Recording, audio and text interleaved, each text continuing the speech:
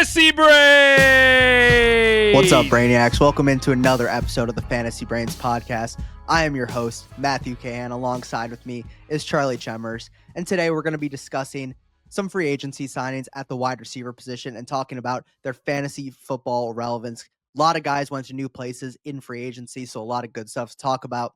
Before we start, make sure to follow us on all of our social medias at Leatherbrains, and especially hit the subscribe button on our YouTube. Check out our content. We're putting out a lot of great stuff out there. A lot of rookie player profile reviews, looking at them from a fantasy perspective. But like I said, we're going to get right into this one. A lot of great signings this year. We're going to start off with a big one. DK Metcalf headed over to Pittsburgh to play for the Steelers. Got extended on a 4-year, $132 million contract and was also traded for a second-round pick. So, Charlie, what's your thoughts here on Metcalf to the Steelers? This was one of the biggest moves of free agency. And to analyze the fantasy impact, we really have to take two paths of analysis for DK Metcalf, because we got to know, is Aaron Rodgers coming to be a Pittsburgh Steeler? And that is really where the questions are going to lie. You know, Aaron Rodgers is off on some beach somewhere with a blanket on some ayahuasca, whatever the hell that idiot is doing. But DK needs him to come to Pittsburgh, because ain't no way DK is going to be any good with Russell Wilson. The other question is George Pickens is still there, and I'm not sure. He might be traded before the draft, because it is an interesting situation where DK and George Pickens are a similar type of wide receiver.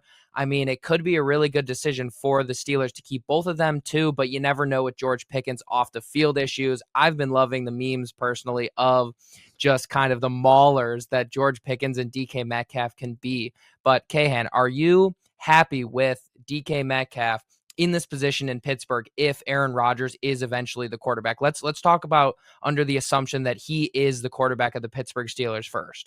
I mean, assuming it's only a 1-year deal, because Rodgers doesn't have much left in the tank, I don't think it's really any better than a different quarterback option. I don't think they're considering Russ at this point. They've made that pretty clear. Russ is probably going to end up in Cleveland or New York. So it's almost Rodgers or bust for the Steelers, or they're going to draft someone like a Jackson Dart or maybe a Shedeur Sanders if he ends up falling to them. But I really like this move. I think DK could really shine in Pittsburgh. I have been high on him all offseason. He was one of my buys earlier in the offseason. You don't give that type of player that type of money if you don't plan on using him. They also, on top of that, traded a second-round pick for him.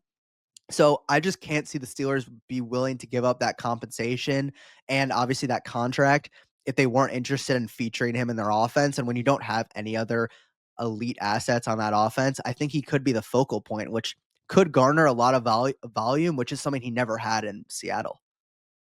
I just can't really get behind this move because of what we've seen in the past from DK. I mean, we haven't seen a explosive year where he's garnered a high target share already, where he's been in an offense in the past where I think he deserves a higher target share. Pittsburgh, I mean, they're going to run the ball.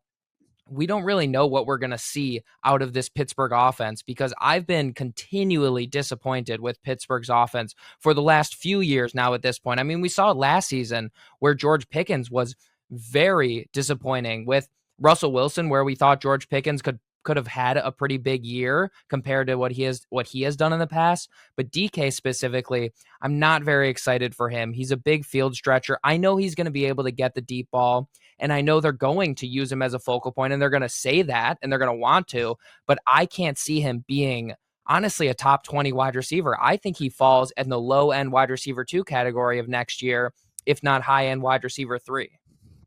I get what you're saying, because the Steelers are such a low volume offense for receivers, but on the contrary, for Pickens, you could also argue that he's just not that talented. And so him being the only receiver with not another top 60 wide receiver on their team is just really hard when the entire defense is focusing on him, especially when you don't have that elite of a run game with Najee Harris and Jalen Warren. Now, I don't think it's that much better now for DK, because it's not like him and Pickens are some crazy duo, but having one-on-one is a potential, scenario for them now, because they both present a very big deep threat on either side of the ball. And so I think there could be, in a one safety high scenario, now which side does that safety choose? Because before, in Pittsburgh, that safety is always going to the side that George Pickens is on. I'm not so sure DK Metcalf is that much better of a receiver than George Pickens, though. I mean, they both make highlight level plays, and they're both big wide receivers on the outside with big frames. And I mean, that's what DK Metcalf is. He's fast and he's got a big frame. But we've seen it before that DK Metcalf has had issues in the route running, and this is an overpay. I mean, whether you Well, like it or yeah. not, you're saying they paid the man, and I totally agree with you that because the money's there, they're gonna try to make him a focal point. But this is a crazy overpay, and I wouldn't pay DK Metcalf this much money to come to my team. And then with the issues at quarterback, I don't think we can trust DK Metcalf as a fantasy football option. I mean, in best ball drafts right now, I'm definitely avoiding him at all costs because I don't see that. I don't see his fantasy output coming to fruition unless Aaron Rodgers goes there. And even then, I don't even know if it's going to be that crazy. Yeah, I agree with what you're saying. Based on the last 2 years, Metcalf has struggled a lot comparatively, like, his first couple of years in the league, but I still think the talent's there, and I think he could be Can you more do it with a utilized. rookie? I don't know. It depends who they bring in. I don't think that they're only gonna have a rookie. I think at that point they would sign a Flacco or a Jameis Winston, which would also be either of those options would also be Yeah, I pretty mean, solid. they need Jameis, yeah.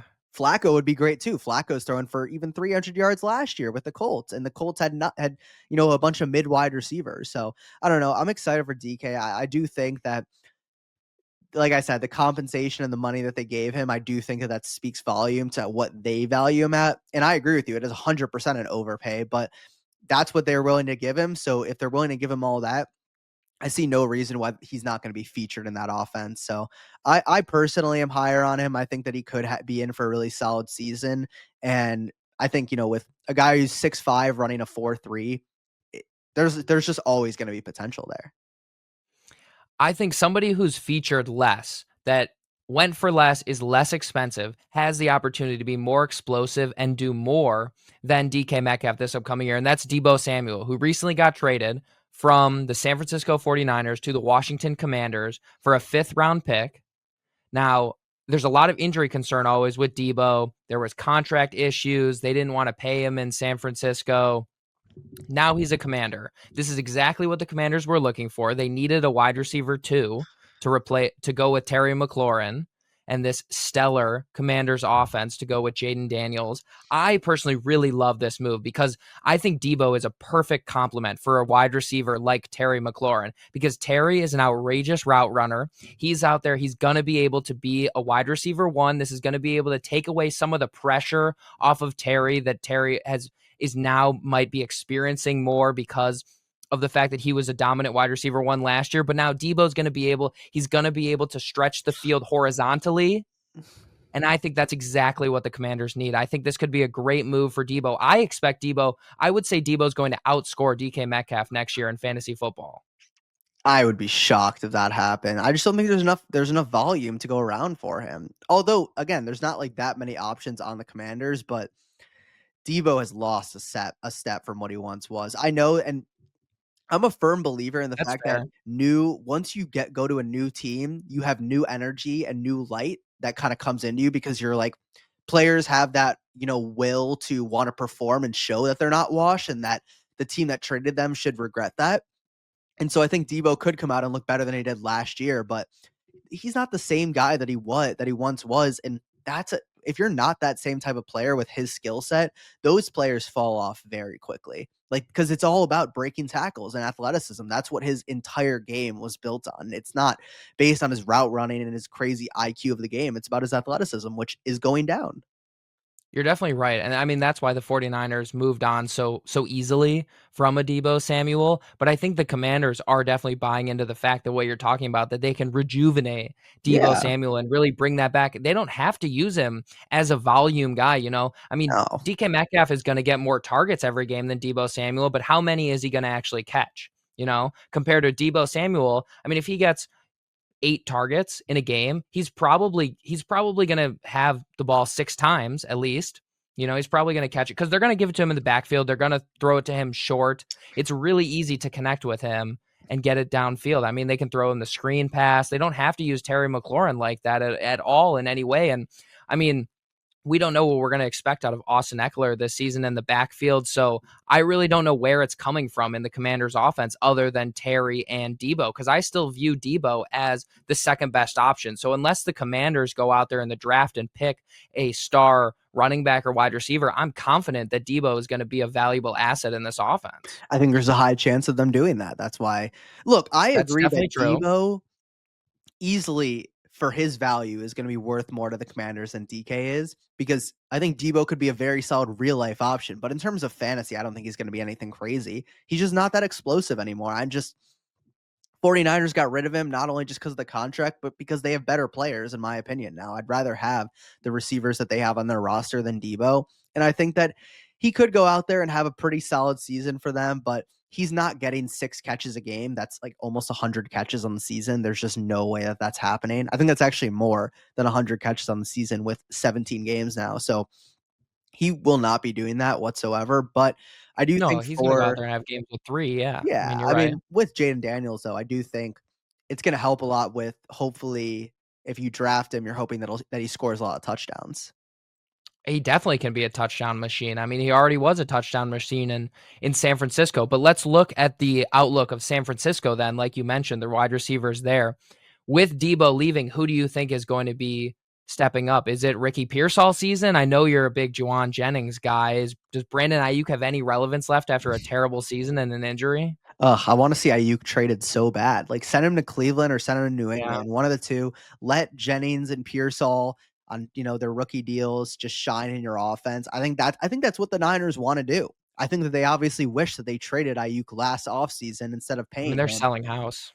I if I was them, I would try to get rid of Ayuk and get whatever value you can get and then run with your younger guys. And that would be great for Ayuk too, because he gets a fresh start, similar to what we were just talking about. He can go to a place like New England and potentially be their wide receiver one where they don't have anyone else right now. But I think it's just with Jennings and Pearsall, they're just going to be riding the hot hand for most of the season. I'd have to assume that whoever Purdy's, liking more, that's who they're going to be liking more. And there's good reason for both. Pearsall's the first round pick. Jennings is the college teammate. He's had a good season last year. So Ayuk almost seems like the odd man out. That's why I'd love to see him traded. Yeah, I really think the Niners need to build their defense and let Brock Purdy be tested, because I mean, we're both fans of Brock Purdy. We think Totally. he can be a franchise quarterback all the way. And this year is going to be the test, because the 49ers are looking as depleted as they ever have in the Brock Purdy era. But I'm confident that they can go out there with the weapons that they have, like you're talking about, Juwan Jennings and Ricky Pearsall, and let Brock Purdy prove to the haters that he is the man, and then they rebuild the defense, and maybe this 49ers team can reclaim some glory again. Yeah, I mean, it's definitely a separate issue, but their O-line is also not what it once was, and they lost a couple more guys this offseason. So I think that's where they're really going to be attacking at least the early part of this draft. I mean, they pick 11 right after the Bears, so there's a lot of different players they could go in the draft, but it'll be interesting to see. But a guy that I this is a very interesting move, but Davante Adams signing with the Rams on a 2-year, $46 million deal. Davante is just one of those guys that I will always have him as a top 10 receiver. Like when people ask me, who are your top 10 receivers in the NFL? I Guaranteed. promise you Devontae will always be in there as long as he plays. He's always great. Even last year, it was like such a down season, and he still came out the second half of the year with the Jets getting traded mid-season and put together a couple 40-point fantasy performances. He's an unbelievable route runner. And when you put him across, Puka Nakua and with Matthew Stafford, what do you think his ceiling is? I mean, he could be really good next year.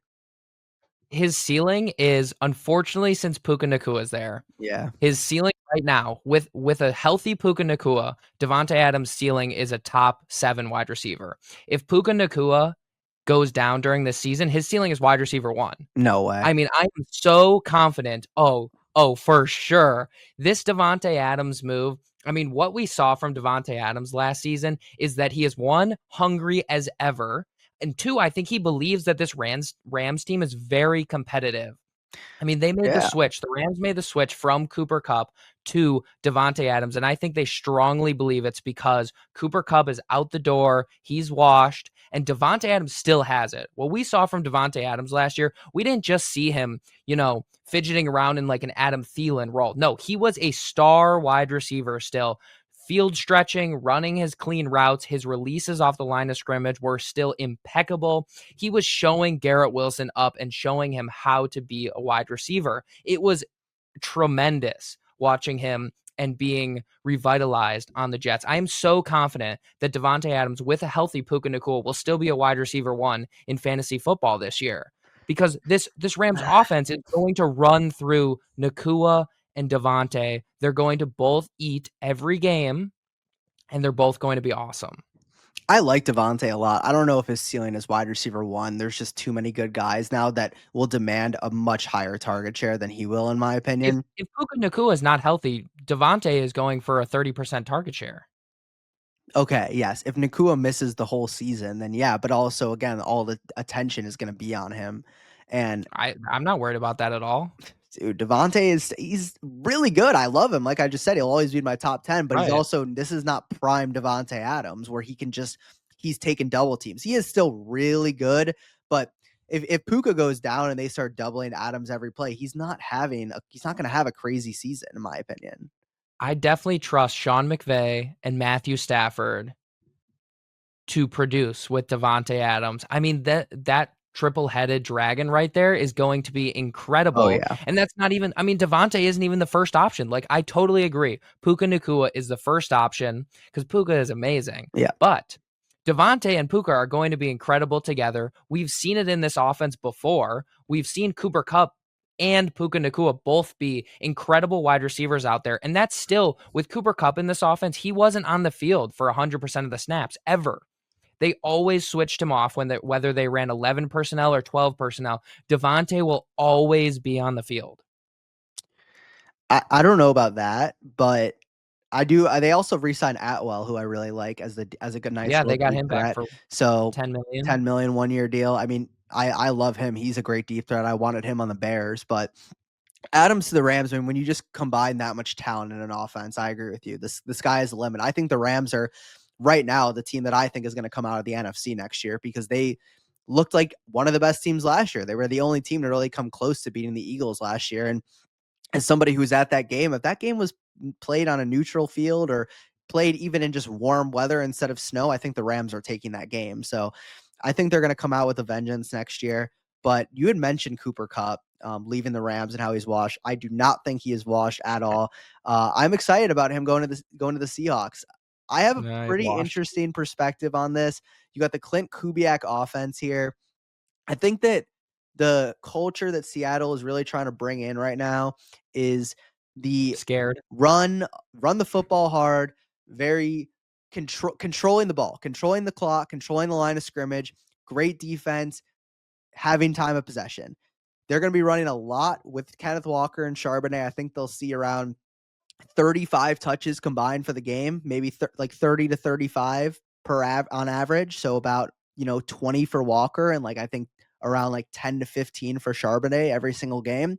And then I think you're going to see a ton of two wide receiver sets where you get play action with JSN and Kupp, and you get a lot of good zone beaters with Cooper Kupp and JSN. Now the thing is, obviously they have no speed, which just like kind of sucks. And it's a very questionable move having two guys in the slot because I don't think JSN can be that productive on the outside. But we'll see what Seattle does in the draft. They could go out there and take Matt Golden at 18, and then all of a sudden their receiving Mhm. core looks unbelievable. I'm not going to lie. I kind of hate how the Seahawks are building this offense. Now, I like it for a guy like Kenneth Walker. I think Kenneth Walker is going to be great this season because he's going to get more volume than ever. I think he's going to be able to really shine if the Seahawks can go out there and instead of drafting a Matt Golden, draft some interior offensive linemen to Yeah, help them out and help out Kenneth Walker because that's what I think they really need. But definitely. I am not a fan of this Cooper Kupp, signing and the way that they're building, because I feel like they flipped too far. They corrected their errors from last season with Ryan Grubb, where they wanted to, air the ball out on all levels of the field. They were so happy with their wide receiver core. Now I think they did a total 180, and they're going to make the same mistake in the opposite direction, where they're just not going to be explosive enough. And I think with Sam Darnold, like, I feel like they're playing scared, where they're like, Sam will give you 100 million, but only 1 year guaranteed. So you have to prove it time and time again. I feel like they're going to be looking to move on from him after this season. I think this Why is year is that going to be a bad? dud, because I think it's going to be a dud for Seattle. I think playing scared is not the way you win in the NFL. I think you have to take long shots at high upside plays. And I think this is way too safe. I don't think they're going to score a lot of touchdowns at all. And I think they're going to end up getting beat in low scoring games all year long. Their ceiling as a pass offense a little low. I agree. Now they did sign MVS, who's a solid deep threat. He's always been around. He's okay, but I think at the end of the day, one thing looking at Kupp's point of view, they signed him to a 3-year deal, which I love for him because it means they believe in It's just him. a hometown deal. He wanted to go to Seattle. 3-year deal. They're How paying him many for touchdowns is he going to score? this year. I think he'll score Yeah, probably like 6 or 7. 4, maybe. You look, you don't like Cooper Kupp, that's fine, but at the end of the No, day, we're gonna take a bet on his touchdown line, that's for sure. Cooper Kupp's a great receiver. And Seahawks know that better than anybody else because they have to play him 2 times every single year. You know who knows it better? Who? The Rams and Sean McVay. Washed. We'll get Davante Adams in instead. Oh, okay. So Davante getting cut by the Jets is okay, but Kupp getting cut by the Rams is not? Davante Adams is getting more money than Cooper Kupp in less years, because Davante is going to go through this 2 years and he knows, I'm not washed. I'm going to get another contract right after this year. Cooper Kupp's 3-year deal, he's going to make it 1 year and then he's out. Oh, that's a rough take right there. That's a pretty rough one because This Seahawks team is going to be bad. oh, I mean, yeah, they're not going to be that good. Like they have Sam Darnold at quarterback, and they have an awful offensive line. And yeah, Cooper Kupp and JSN isn't Last that place in crazy the of a division. duo, but like Kupp could still be really solid in fantasy this year. I do think he will I be don't see solid. how. I don't see how if he can't score that many touchdowns. And JSN is the target hog. I mean, we were seeing JSN get upwards of 10 to 11 targets at the end of last season, and it's like if he's still going to get that, even though he only gets 60 yards on those 8 catches, Cooper Kupp's not going to be able to eat anything. So you think they're throwing the ball like 15 times a game? They're probably going to be throwing Well, the ball like according you're talking about, they're not going to throw the ball a lot in this I new think they'll throw offense. like 25 to 30 times, which is low. That's like very low comparatively league average, but that still allows Cooper Kupp in this offense to still have around 8 to 9 targets a game, which is perfectly Oh, fine. geez. I don't know if he's getting 8 to 9 targets. I mean, the running backs are gonna get some target share for sure. Charbonnet and Which is bought Kay into Walker are gonna that. get some.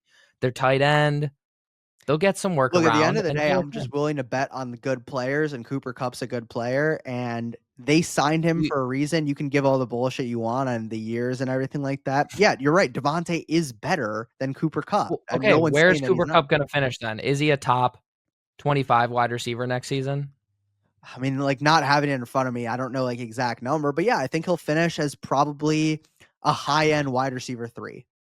I'll give you wide receiver So, yeah, that's like 38. 25 that's like around the 25 range. So, yeah, I think he'll Right. finish as like a mid to high wide receiver 3, probably in the wide receiver 25 to 32 range. Okay, higher or lower than this next guy that we're gonna talk about then, Chris Godwin? Lower. Okay. So I mean, I think Chris Godwin is gonna fall next year around wide receiver 20, Well, okay, there are a lot of good receivers 22. in the NFL right now. Right. There's a lot of talent, so I'm not gonna act like with Godwin, I don't know where he's necessarily gonna finish, but I still really like Godwin because again, these guys are they get catches. They get catches. Like these guys are going to Right, it's demand the PPR. ball. Congratulations. With Cooper Kupp, what you for some reason don't seem to They're realize is old. that whenever he is healthy, he is great. If you want to argue that he's not a good pick and he's not a good He's signing never been this old. because he doesn't he doesn't stay on the field. Sure, that's a fine argument that he misses some games each year, especially these last 2 seasons. My argument is But that the no Rams way kicked him out the but no door. way that you're gonna because it made sense for them. They had a better option. Would you not have done the same thing? I would have done the same thing because I think Cooper Kupp is washed. Oh my god, that's crazy. He sucked at the end of the year last year. He couldn't do anything. They had to remove him from the offense. Yeah, that's just not true. Well, he finished the year with like 0 points and then like 1 point, and then he did nothing. He didn't have that good of an end of the year. That also isn't always on him. The scheme just wasn't based around him. They ran the ball a lot more.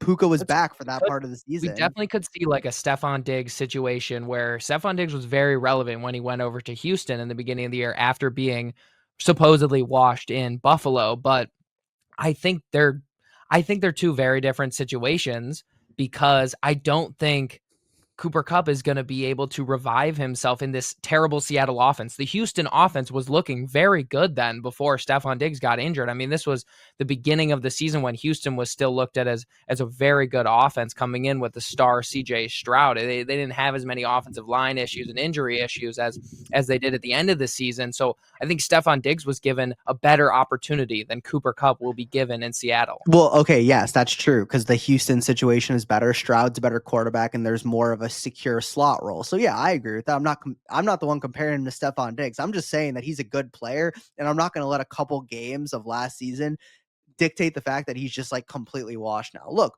we'll see. He's younger than what his age says because he came into the league as like a 24-year-old. So he doesn't have as many reps in the NFL on his plate. That's What the part hell of is that bullshit? longevity. He's younger than his age says. I'm just saying he has more His longevity than some beard of these says other he's players. hella old. He's like what, 31? Gray. I don't know, man. Cooper Kupp, if you trust me, if you want to trust me, Cooper Kupp is going to be good this year. Again, wide receiver 3. He's nothing crazy. I'm not saying he's going to go out and do anything insane, but he's going to be a solid receiver. But let's move on Chris now. Godwin got 20 million more to re-sign with the Buccaneers, a team that actually wanted to bring him back because the Bucs love Chris Godwin. That's a great blend in Tampa Bay with Baker Mayfield. Mike Evans is on the other side. They know how to build a receiver core. They've got Jalen McMillan, which we'll have to talk about with this new re-signing. Were you disappointed that Chris Godwin re-signed? Did you hope he would have gone somewhere else? I was disappointed because I wanted to see McMillan shine, but now it's like once Evans is gone, that just seems like that it'll be his time.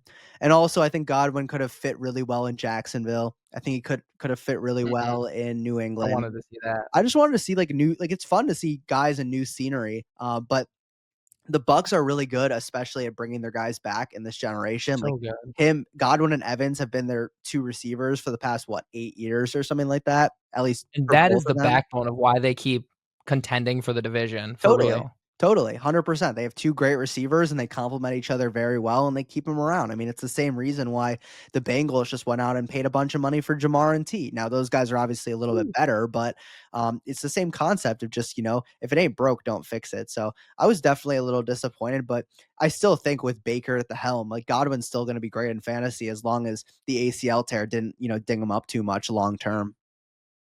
Yeah, I mean, Godwin definitely has top 15 upside consistently while he's on this Buccaneers offense, as long as Baker's healthy, like you're saying. I mean, he's going to keep peppering him with the ball, and Mike Evans can do what Mike Evans does and go up and get the deep ball and also jump balls and get his 1,000 yards. But Chris Godwin is going to be the one working the middle of the field, the short yardage. He's going to be gathering up all the catches, exactly like you're talking about. Yeah, absolutely. And then we had just mentioned it, but the Jamar and T signing together, they got what? A combined almost $300 million total. I mean, Oh my you God. just can't really argue. I do think Jamar got overpaid. Like there's no reason that he should be making $6 million They had more. to, though. No, They I told him understand. that I he was gonna be understand the they had highest paid to. non-QB, and then Myles Garrett goes out there and makes 40 bands. No, I understand that's what they had to do, but he is getting overpaid now. No matter what people say, I get it. He's worth it. I'm not saying you trade him because of that, but he's not worth $6 million more than Justin Jefferson. And so for a team that's already having cap issues, that's just like kind of a bad move of the fact that you've now waited this long and now you have to pay a receiver over $40 million. Again, I don't care how valuable he is. $41 million for a receiver is ridiculous. I mean, $40 million. I think the real issue comes with how they handled the T. Higgins situation. I Well, mean, they yeah. strung this man out for so long. Yeah. Just give him the damn deal, and then you don't have to sign them at the same time. You don't have to worry about these overinflated contracts. I mean, you could have gotten T. Higgins at last year before you, like last offseason before you franchise tagged him. You could have gotten him for $24 million a year. Yeah. It's the same thing. I mean, you're right. It's just like They could have signed Jamar too, it's but the dumb Bengals move. never signed The guys early. Jamar the Jamar move the Jamar signing was not, I don't think, as much on them because you never sign anyone that isn't a quarterback after only 3 years. You Right. usually wait until after 4. It just kinda happened to be unlucky that, of course, his, best season is this past year. Um, but, Jamar is different. you still yeah, he is. He's unbelievable, and at the end of the day, Cincinnati has their guys for the next 4 years, so as much money as you're putting into it, they're gonna be competitive, at least on offense. But looking at some of the other signings around the league, Mike Williams heading to the Chargers on a 1-year deal. D Hop heading to the Ravens on a 1-year deal. We got Marquise Brown and Juju re-signing with the Chiefs. Darius Their wide Slayton receiver core is solid. re-signing with the Giants. Any of those moves really stick out to you? I think the Chiefs are comfortable with their wide receiver core now Oh, with definitely. having Rashee Rice and Xavier Worthy along with these two guys and Marquise Brown and Juju to help give them some depth. Like that's exactly what they're looking for. I Oh, feel like yeah. a lot of people are um underrating the Chiefs wide receiver room, which is actually pretty good just because like over the past few years it seemed as though they haven't had a good wide receiver core. I think they have one of the better wide receiver cores Yeah. honestly now in the NFL because Worthy is a stud and he's going higher than Rashee Rice in best ball drafts right now, even though Rashee Rice was looking like a top 5 wide receiver to start off the season. And then the way Xavier Worthy ends it, I mean, I'm excited for both of those guys in fantasy football. I think they're both going to meet expectation right around Yeah. where they're getting drafted. Totally. And it's like you said, they're very underrated because Rasheed goes down in week 2 last year. And so obviously without your top guy and then Xavier Worthy, who's a rookie, the receiving core is going to look like shit. But I think going into this year, everyone comes back healthy.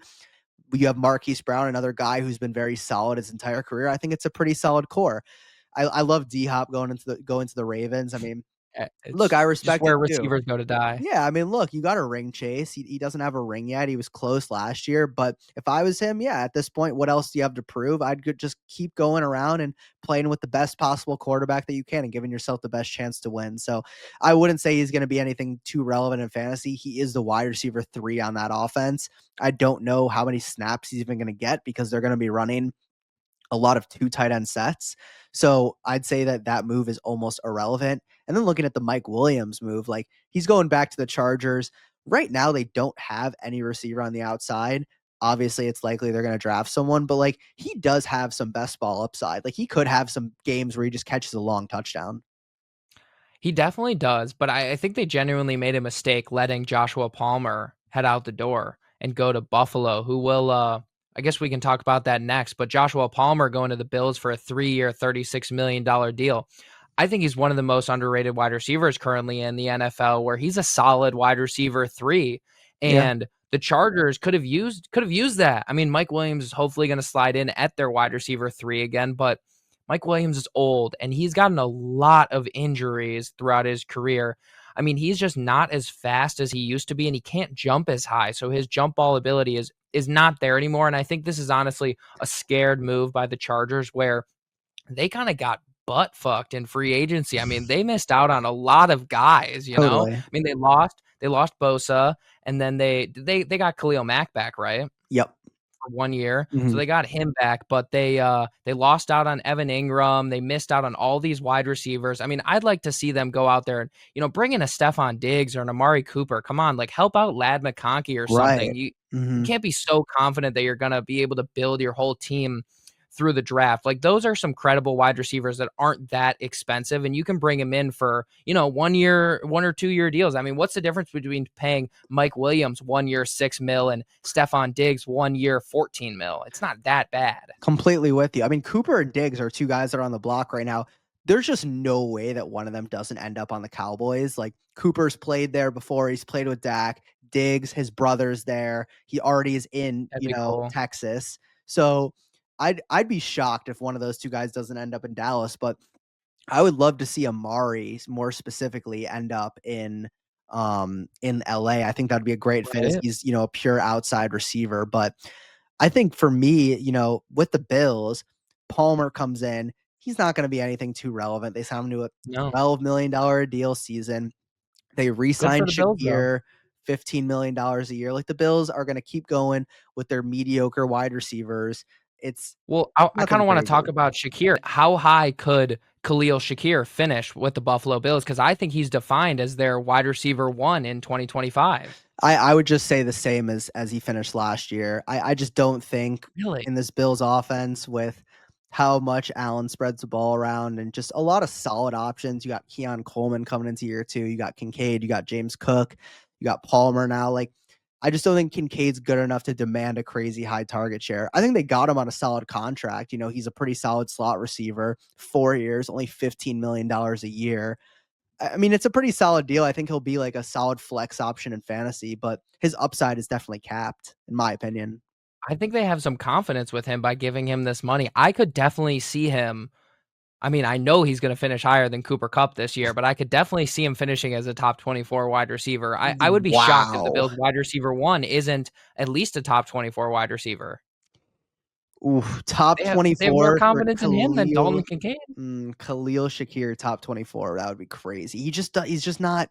He just will not demand a high enough target share. He doesn't have enough touchdown upside in my eyes. I don't know. I'd be shocked if he finished that high, but a guy that I'm actually very interested in, he's the last guy on Who's this that? list, is Christian Kirk going to the Texans. I love this move because I think Christian Kirk is still a solid receiver. He got 2 years ago, he had a really solid year with T-Law. Then last year, he was, prime for another solid season, and then he gets hurt midway through.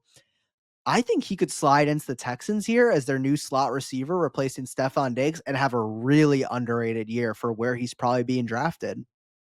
Yeah, especially like when looking at this in different fantasy formats, in Dynasty, I think he's a great buy candidate because of Tank Dell's injury. Yep, Christian Kirk is going to come in and it's only going to be Kirk and Nico Collins. Christian Kirk is going to have to get the ball. They hate using Dalton Schultz for some reason in this offense. So Christian Kirk is going to get the ball like you're talking about. I think he's a great buy until Tank Dell comes back being healthy. And you're going to get some great early fantasy weeks from Christian Kirk in redraft. Great best ball guy, like you were talking about, because he's a value.